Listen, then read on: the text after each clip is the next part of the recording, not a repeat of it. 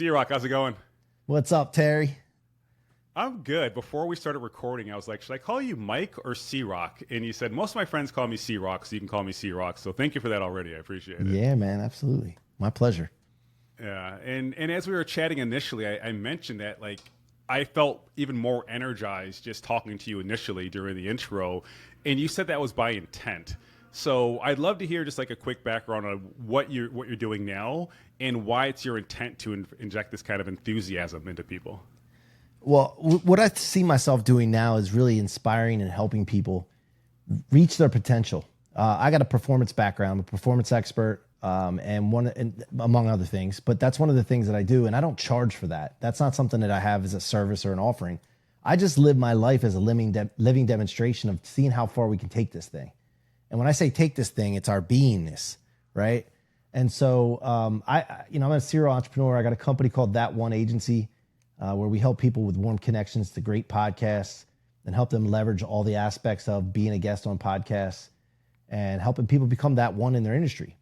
But the intention that I set, man, is, I understand, and one of my core values is vibes matter and emotions are contagious. And so I set this intention of, like, if I'm around people, I am not going to bring them down, and I'm not going to stay even. We're going to go up, and the energy that I bring is contagious. It like all energy is. I understand that. I studied quantum physics, nuclear physics, down to the tiniest thing below an atom, right? Quantum's below atoms, okay?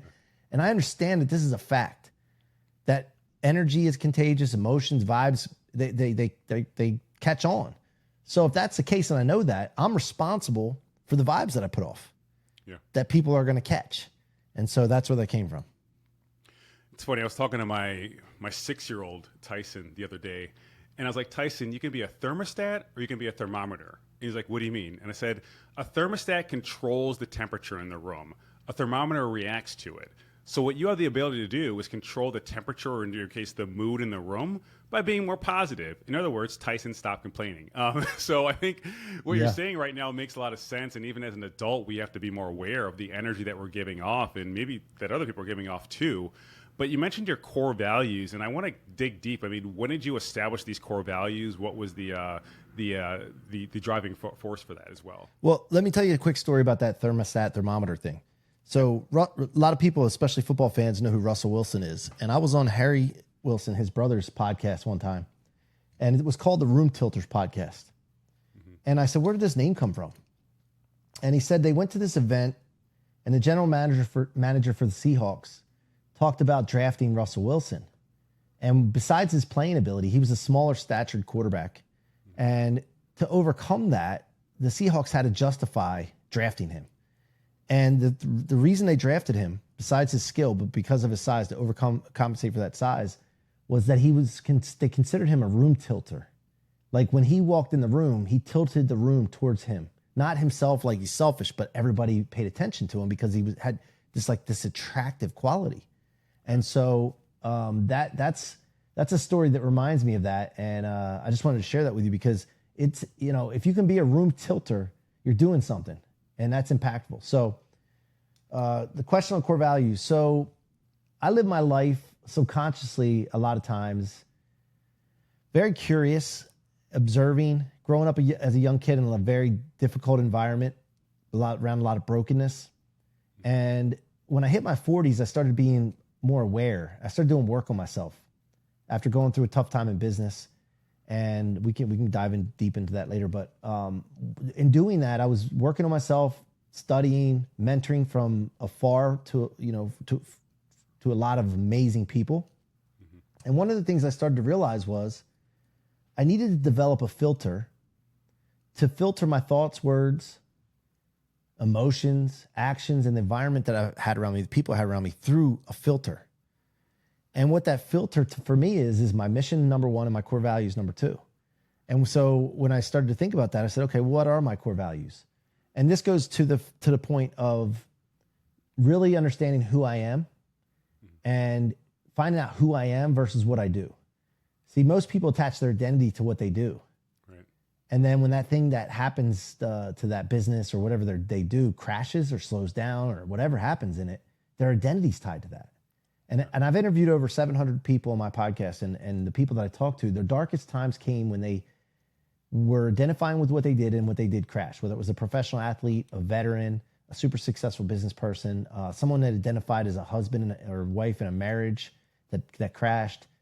And what they made the mistake, Terry, is that they were identifying with what they do, which is really your vehicle. What you do is your vehicle. Who you are is your identity, right? And so your identity needs to be established through mission and core values. And then you can move in and out of vehicles. What you do, your relationships, those are vehicles to go where your mission is taking you and guided by your core values. Why do you think, and this is, I'm assuming most people have not documented their core values. Most people have not documented their vision or personal philosophy. Why do you think that is the case? Quite honestly, I think it's because people think they know everything. And when people know everything, that's the biggest barrier to learning, because you have little, if any, curiosity, little, if any, observation taking place. And so that's what happens to most of us. We think we know everything. We think we've learned everything there is to know. When factually, if you look at a pie chart, I've seen this pie chart before where it's like, okay, here's a little sliver of what I know. Here's a little sliver of what I don't know I don't know. Okay, because there's things we don't know. And the rest of the pie chart, which is about 99% of it, is things that I'm sorry. The one sliver is what I know, and the one sliver is what I don't know. And the rest of the pie chart is what I don't know. Right? And that's important to understand. This goes to like a more of an abundant mindset when it comes to money out there, relationships out there, but also information and lessons.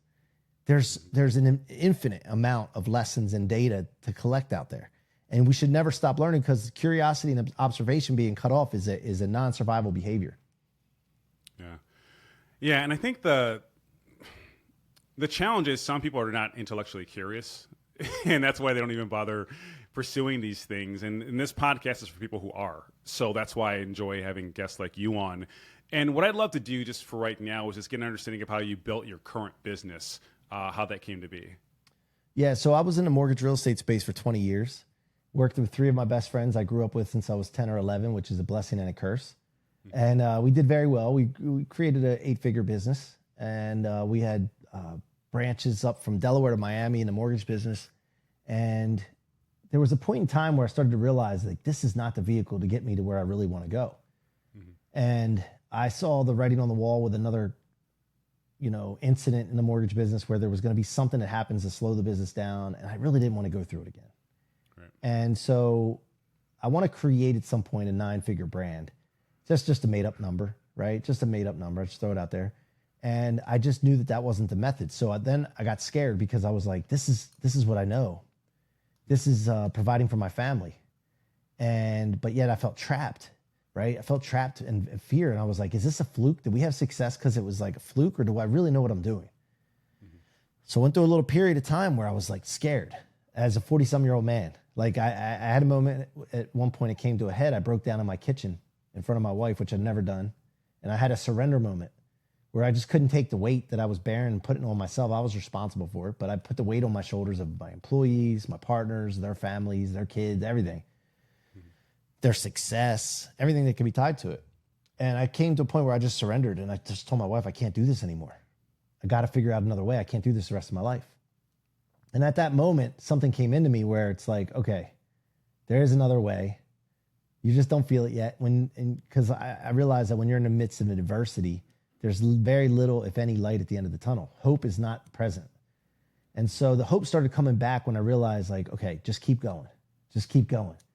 So I created an exit strategy by the concept of creating an attraction model versus a chase model. My whole life I was chasing. From when I was a kid, I was chasing dreams. Went to college, started chasing women and parties and drinking and stupid stuff. Then I got into business and sales. I was chasing sales. And then next thing I was chasing employees and revenue and everything else, right? And that's not a sustainable model. So I started to realize I need to create an attraction model, because attraction will take you to another level. People and opportunities will start coming to you. And now you have a new problem, which is fine. Problems are good. You want to up-level your problems. Right. And the new problem is, what do I say yes and no to? So that's what I wanted to get to. Now, I had no idea how to do this except for the fact that I had a commitment that I needed to make. And that commitment was, I got to get known globally. I got to get known globally. Now, I could say I got to get known nationally and all that, but I just figured, why not say globally? It'll expand. It'll be like a mind expansion exercise. And I'm a performance expert. I know how to build people. I know how to scale businesses and build brands. And so I'm going to get known for this. And I'm going to get known for who I am, my mission, core values. Now, I didn't know the how. This is important to understand. I didn't know the how. And if I waited for the how, I would have never did it. I just made a commitment through an intention. What the intention did was it gave my attention direction. And now my attention is focused on validating my intention, my commitment to get known globally, create an attraction model. So all of a sudden I started paying attention to people that fit that. I started paying attention to opportunities, places I needed to show up, vehicles I needed to use. And all of a sudden podcasting fell in my lap. Some guy invited me on a show. I had no idea, embarrassingly enough, that I didn't even know 5 years ago what a podcast was. Yeah. And he told me, I'll walk you through this. Just come on. You've had success in business. I want to interview you. I said, all right. So I went on the show. And while I was on the show, I can't describe this any other way than a spiritual experience, okay? I had this energy come into me. And I was like, what is this feeling? Like, what is this? And I just knew if I could bottle this, I'll be unstoppable.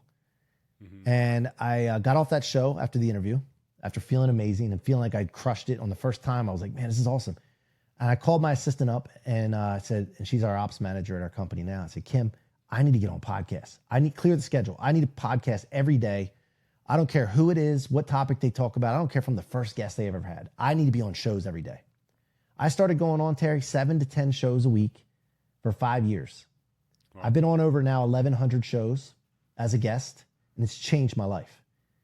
Now, during this journey, every quarter that went by, my stages, this type of stages, the level quality kept rising. The network started to expand with quality individuals.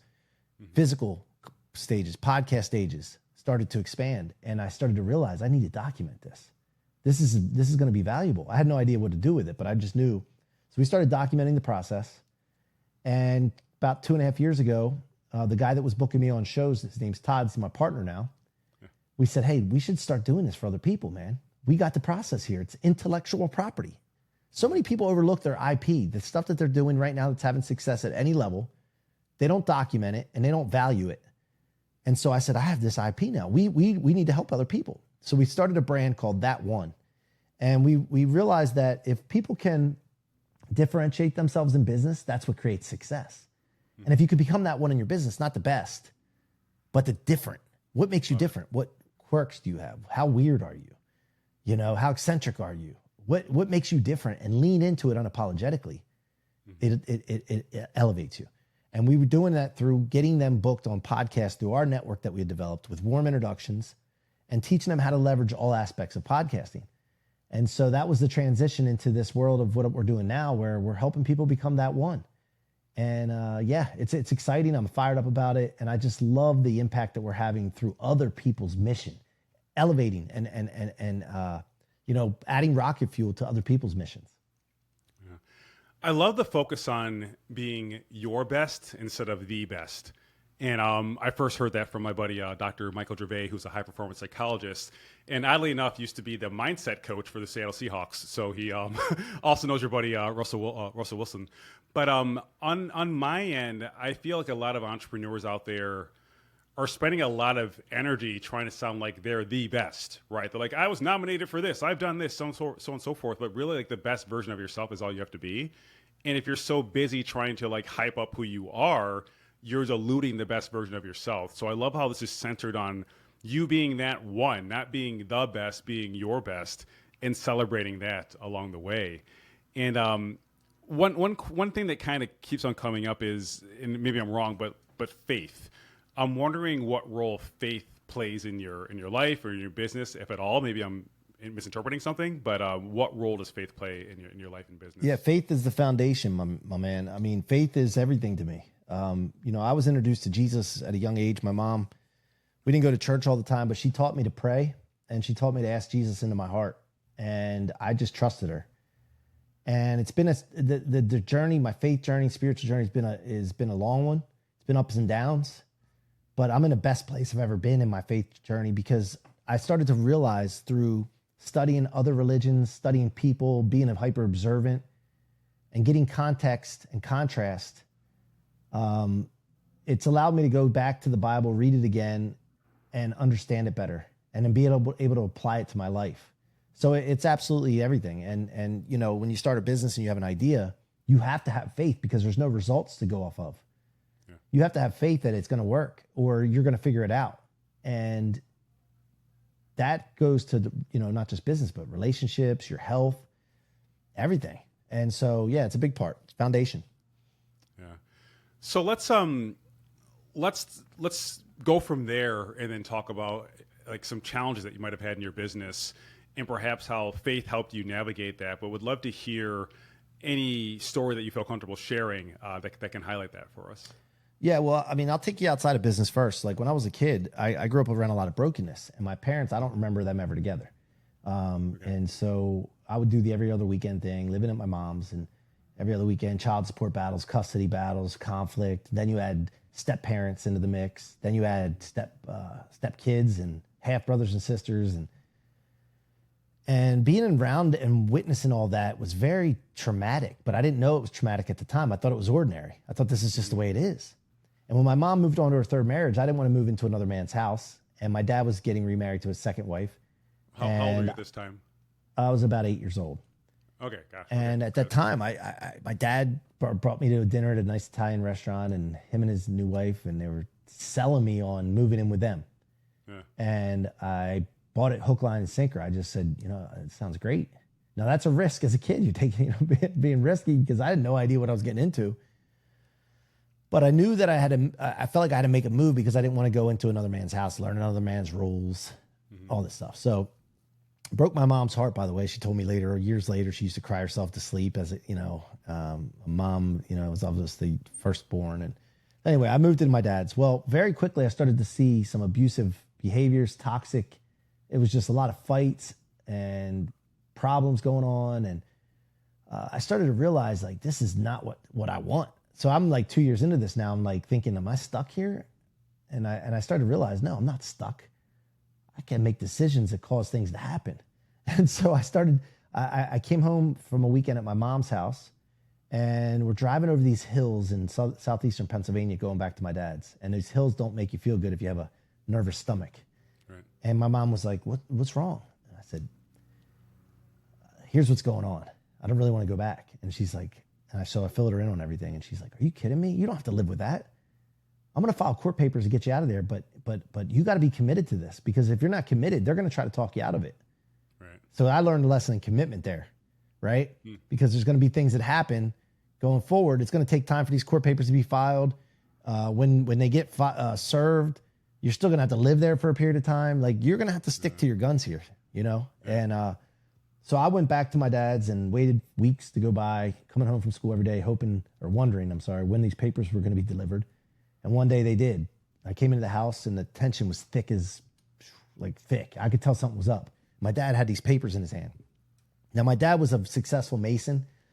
Excuse me. He had a business, and he used to flash money all the time to us. He used to carry a wad of $100 bills around in his pocket and show us money all the time. And I was fascinated by it. Yeah. And he's a real hard worker. If you ever shook his hand, you could tell he was a bricklayer. You know, his hands were rough, big forearms. And so he sent me back to my room. And I sat on my bed, which felt like 5 hours, probably 5 minutes went by, waiting for him to come back and confront me. And he came back with the papers, and he said, hey, I don't understand this. These papers here said you want to move back with your mom. And I can't understand this because you got everything you need here. Like, we go on trips, you go to dinner, you got everything you need here. You go to your mom's, she's got men coming in and out of the door all the time, paycheck to paycheck. You want to go back to that? And I remember my mom telling me, you got to stick to your guns. Right. So I didn't feel like I needed to get in an argument here. I just said, nope, I made my decision. And he said, okay, if that's the case. And he takes out this wad of $100 bills he used to carry all the time. He peeled one off, crumpled it up, and he threw it at me. And he said, here, you're going to need this when you're living on the streets with your mother one day. Oh. And the first thought that went through my mind is like, what the heck did I just do? Oh my God, like what did I start? And then very quickly, I had a voice in my head said, no, you're not going to need that money. You're going to be fine. You're going to be good, right? And subconsciously, you're like 10 years old at this point, though. Yeah, about 10 years old. Yeah. Okay. And subconsciously, an idea was planted in my head, which I lived off of for 30 some years. I didn't realize it until I was about 40. And I came up, and when I was doing the work on myself, became aware of this concept. And the concept was, and I wrote about it in the book, Rocket Fuel, Convert Setbacks, Become Unstoppable. I became aware of this concept called the rocket fuel law. And that is that in life, things happen to us. We have a choice. You can either store it in your tank or your trunk. Now, most people keep stuff in their trunk.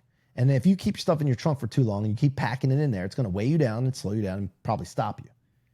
But if you store it in your tank, you have the opportunity to convert it into rocket fuel and become unstoppable.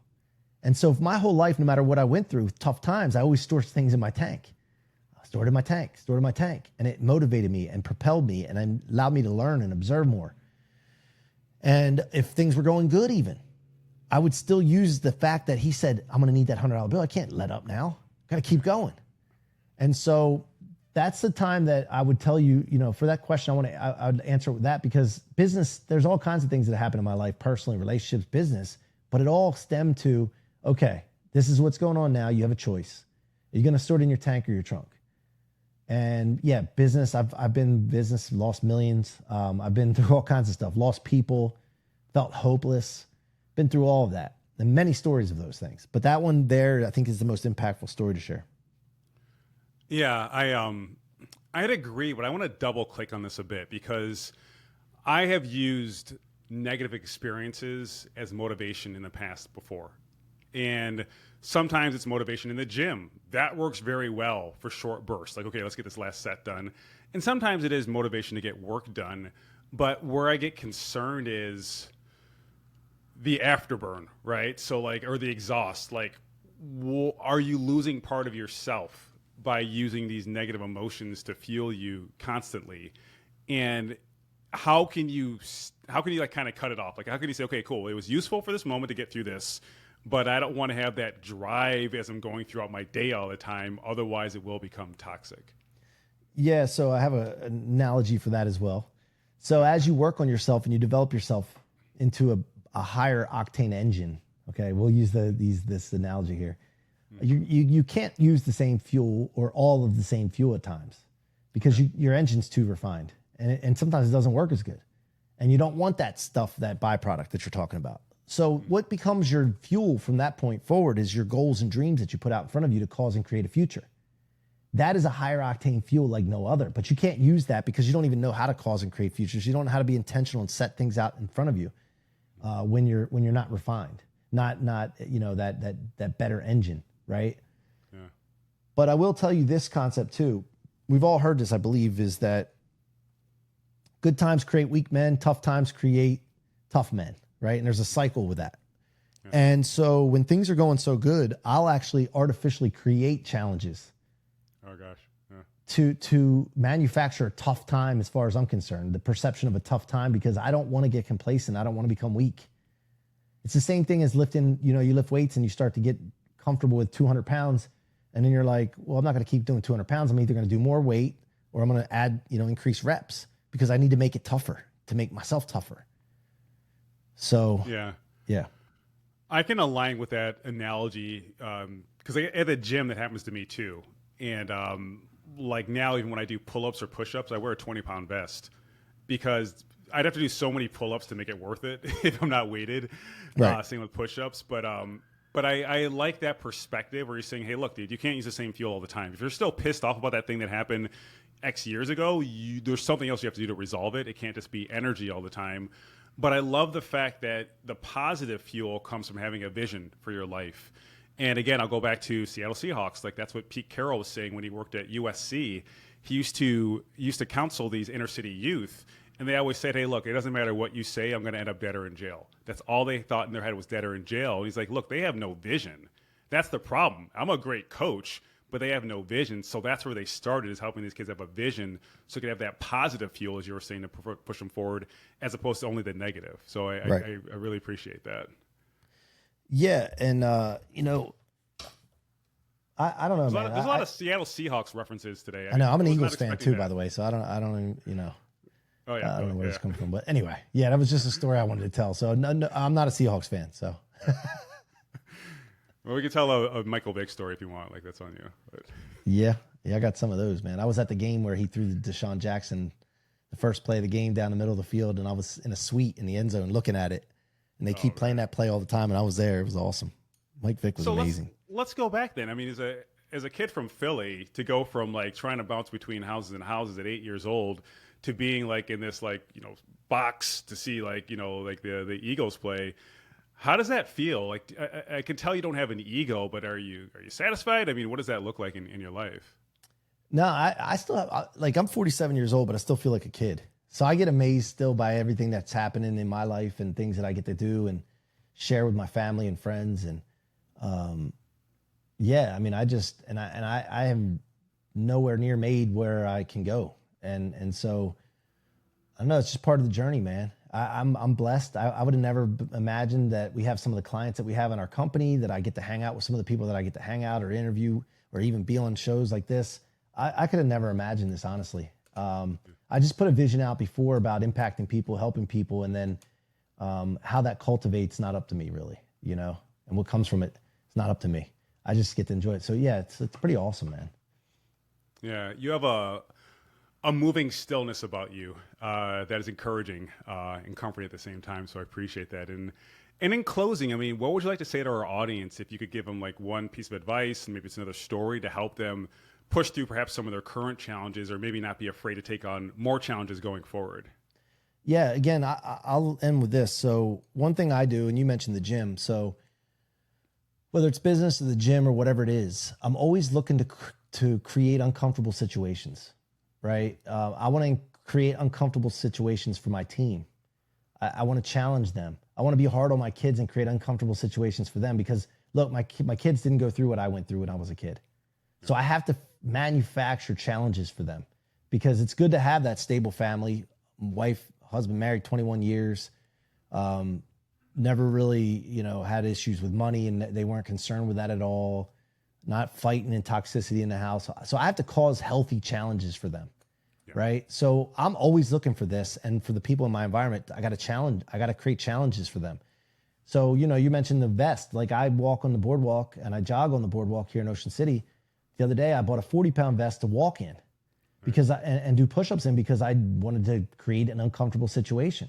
The gym, I'll do, you know, the weights heavier, bad for joints. So what do? I'm increasing reps. I'm doing sets of 40, 30, 20, 10 to get 100 reps in each exercise. In my business, I'm looking for different verticals. We get something going, it's working. My team's like, why don't we just stick to this? And I'm like, no, we need to create different verticals. And they get uncomfortable with that because I'm like, oh, we got to create a different landing page. And here's the new offer to combine with this one. And here's what we got to do. And I'm going to go on the road and do this tour, that one podcast mastermind tour. And here's what's going to come from it. Cast this vision out. Make everybody uncomfortable. I'm uncomfortable. I don't know if anybody's going to buy it. Anybody's going to, like, what? I don't even know, like, when I create things sometimes, Terry, how we're going to execute on it. I put an offer out there and see if people like the idea and vote with their credit card. Yeah. And then if that happens, then we're like, oh, now we're uncomfortable too, because now we got to fulfill, right? So what I would just end with, man, is just always challenge yourself. Do not look for easy. The way is through the hard way. The way is the hard way. The obstacle is the way, right? And so, you know, lean into hard. C-Roc, this has been incredible. Thank you for your time. Thank you for your guidance. Thanks for sharing your stories, and we do appreciate you. Thank you, Terry. Appreciate you, brother.